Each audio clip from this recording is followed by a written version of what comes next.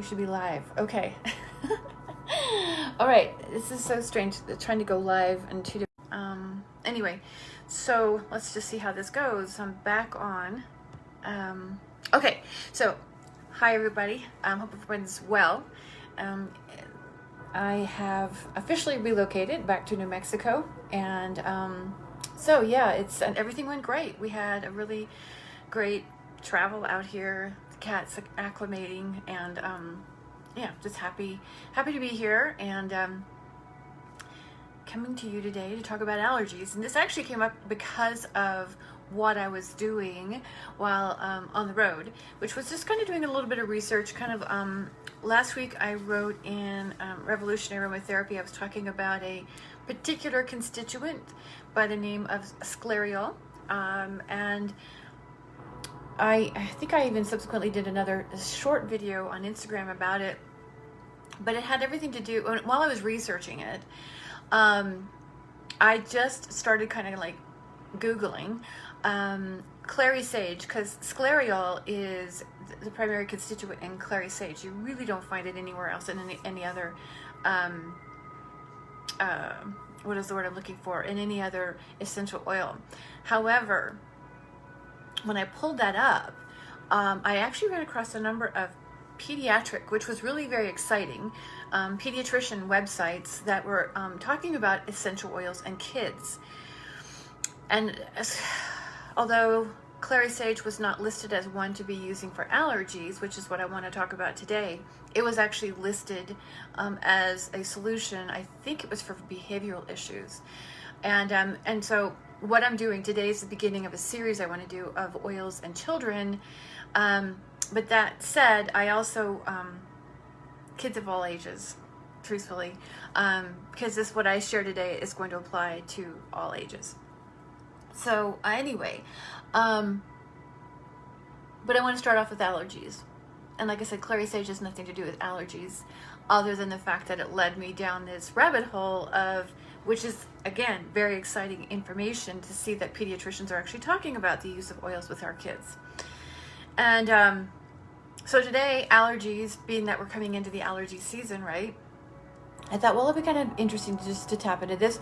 The suggestions that I saw, primarily for children, I will just tell you what I saw for kids and allergies, was lemon, lavender, and peppermint. And they suggested that if you don't want to use peppermint for whatever reason, that you should tap into some tea tree. I don't agree with any of those. So if you're new and you've never seen me before, I don't agree with lavender, actually, and or tea tree. If you look into any sort of pediatric neurologist and any sort of, you can even go in search of, and what you'll see is that there's a lot of, even through, oh my gosh, I wish I could remember the name of that, the website. It's through the government. It's natural health. Oh gosh, I'll have to find that link, and I'll make sure to put it in the comments below so you can check it out. But there is in fact a lot of work being currently done around oils, specifically lavender and tea tree, with regards to being endocrine disruptors. There's a number of them, and clary sage happens to be another one. The one thing I want to really emphasize here before I get into anything with regards to allergies is that what's difficult for people to kind of wrap their head around is we study these constituents and we understand their mechanism of action in vitro. In vivo, it's very different, and there's a number of reasons for that. And we're also looking at constituents individually versus when they're combined with other ones. This is one of the ones that, and this week I'm talking about carvacrol and revolutionary aromatherapy. And there's a difference with carvacrol when it's combined with other constituents. They're seeing that this is changing the way the oils are actually functioning, or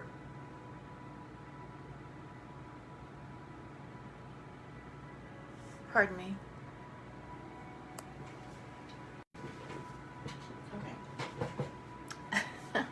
I was hoping I wasn't going to get interrupted there for a minute. Sorry about that.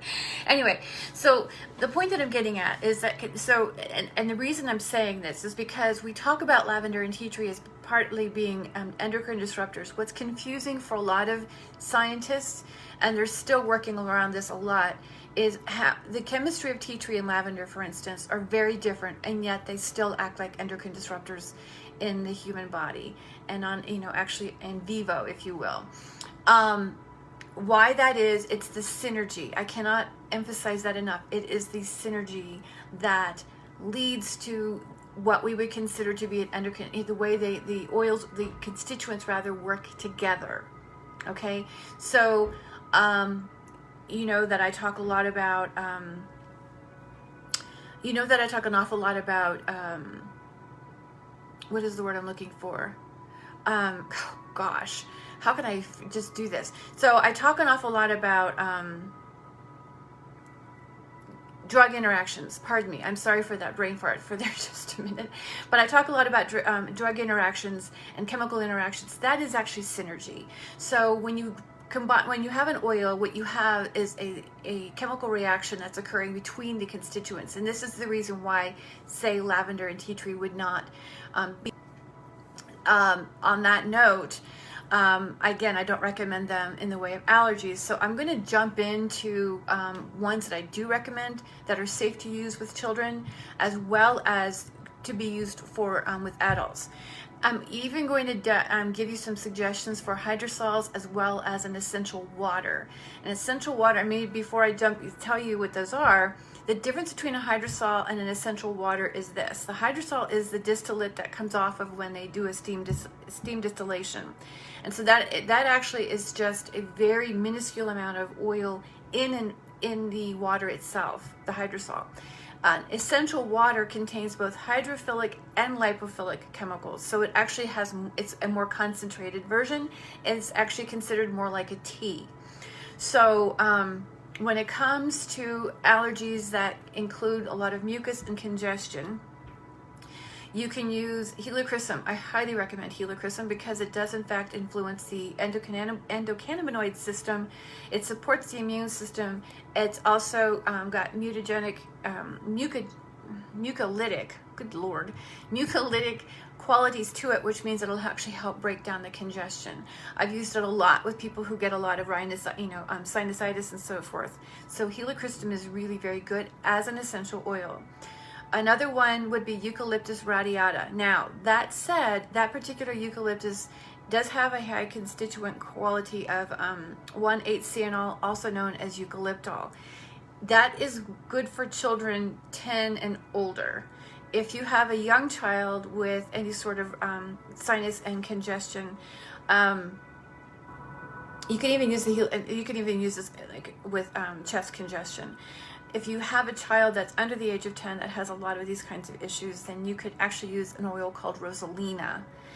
And generally speaking, it's about a third of that is eucalyptol, so it's still very good for helping to create as a decongestant. Another oil that is safe to use with children of all ages is Thyme Linalool.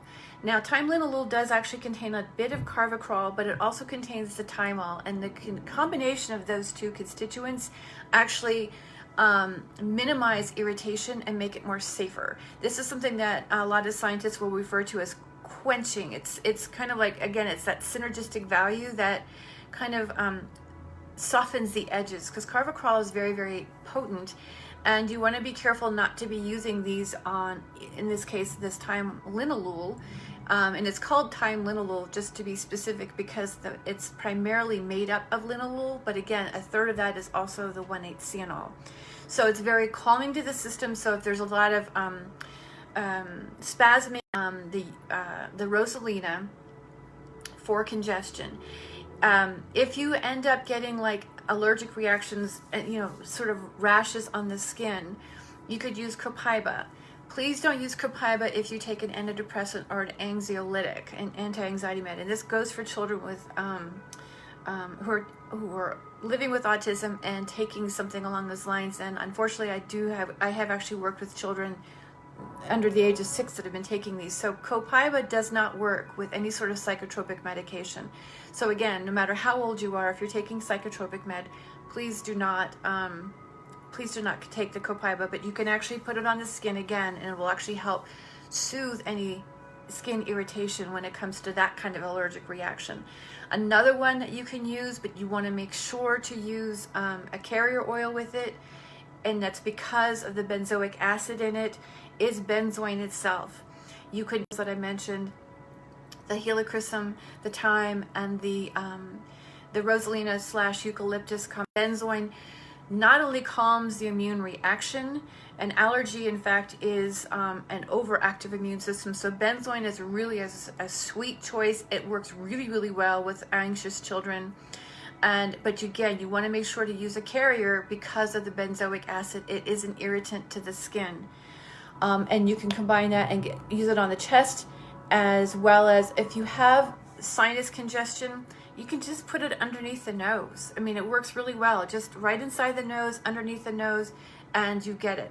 Now, other ones I would recommend using for ongoing basis to kind of begin to quell the allergic reaction and begin to help stabilize the body would be to use Benzoin and Vetiver on an ongoing basis. The two of those combined support immune, really stabilize the immune reaction, and help to, again, slow down the production of the immunoglobulin G, which is primarily involved with allergic reactions like this. As far as the hydrosols are concerned, I would recommend calendula, as well as corn flour. Corn flour you can actually spray directly in the eyes, onto the eyes, if it's a corn flour hydrosol. Again, if you have itchy eyes as a result of an allergic reaction, you can spray that corn flour right on there. I like to mix the two, just because, again, the synergy, the combination of the two together are beautiful for skin as well as the eyes. And I've even used it with people in the ears if you get a lot of itching. As far as my connection keeps blipping like that. Anyway, so the essential water that I'm talking about is called Labrador Tea, otherwise known as Greenland moss. And that is one that you would actually drink. Again, it has a low amount of oil in it, but if you drank that, if you had, I'd say a shot of that. Like if you're going to do it, a shot, like a shot of, a shot. Hopefully you understand what I mean. If you just did a shot of that once a day, you'd be supporting your immune system. So that combined with the vetiver and the benzoin on a daily basis or a regular basis, it doesn't have to be every day, but on a regular basis, will begin to help reverse that overactive immune system and really begin to stabilize the allergic reaction that typically shows up, especially this time of year. It would also be very helpful in regards to allergies throughout the year. Not necessarily to food sensitivities. That's an entirely different allergic, or that's a different reaction. Copaiba is really very helpful for that. One of the reasons I like to recommend Copaiba is, for the one reason, is the beta-carotene content. It has the most beta-carotene of any oil that we have, and it supports the endocannabinoid system, which works directly with the endogenous opioid system, there again supporting the stabilization or the balancing of the immune system. And Copaiba itself has also been found to help the body deactivate and metabolize and or deactivate histamine itself. I've used it personally for stomach pain. If you get a lot of, if you eat something and you have a food sensitivity and it develops stomach pain, you can put the Copaiba directly on your belly and it'll begin to help calm that down. That combined with Roman chamomile will really help, again, in that area of any type of food allergy / sensitivity. And if in fact you have an asthmatic reaction, you could even use Roman chamomile for that. It does not contain the beta-carotene. It's high in angulates that really support the production of GABA, and it slows the production of the adenocorticotropin, which is the pro-inflammatory chemical that's produced during the stress reaction. So that's the reason why I like Roman chamomile. And Roman chamomile can be used with any medication. In fact, everything I've suggested today can really be used with any medication, with the exception of the Copaiba. Let me just double check that. The thyme let me back that up a minute. I don't especially imagine a young child would be using a blood thinner. And again, this is for an allergic reaction. Don't necessarily encourage it every single an adult. If you are, and you are taking some kind of blood thinner, then do not, please, or you're getting ready to go in for any sort of dental work or medical work that's going to involve blood, meaning they're going to cut you open, then you don't want to be using the Thyme 10 days prior to that. But other than that, everything else really works with what any sort of medical treatment / medication. So that said, those would be the ones that I would recommend to begin with. Fairly simple, should be pretty generalized, but it should be very helpful. I'm just making sure I didn't leave off anything here. And what else did I want to say? I just want to go back and revisit the whole thing about the interactions, the synergy, and identifying why I don't recommend, again, the lavender or the tea tree for just general use of children on a regular basis, because they are because of the synergistic value. They do in fact act as endocrine disruptors in the system, as a number of oils can.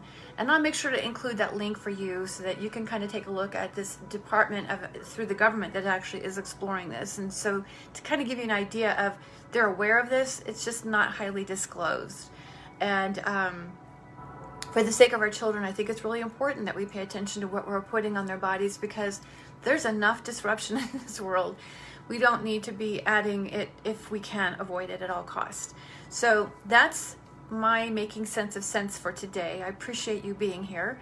And please comment. Let me know if you have any questions about any of this, because, and again, next week I'm going to come back with, I'm not sure what topic I'm going to go on, but it's going to be more along the lines, again, with oils and children, because I really want to make sure that our kids have the best possible care. And yes, oils do help them, but we want to make sure that we're giving them the best support as well. Okay? I look forward to your comments. You guys have a great week, and I will see you soon.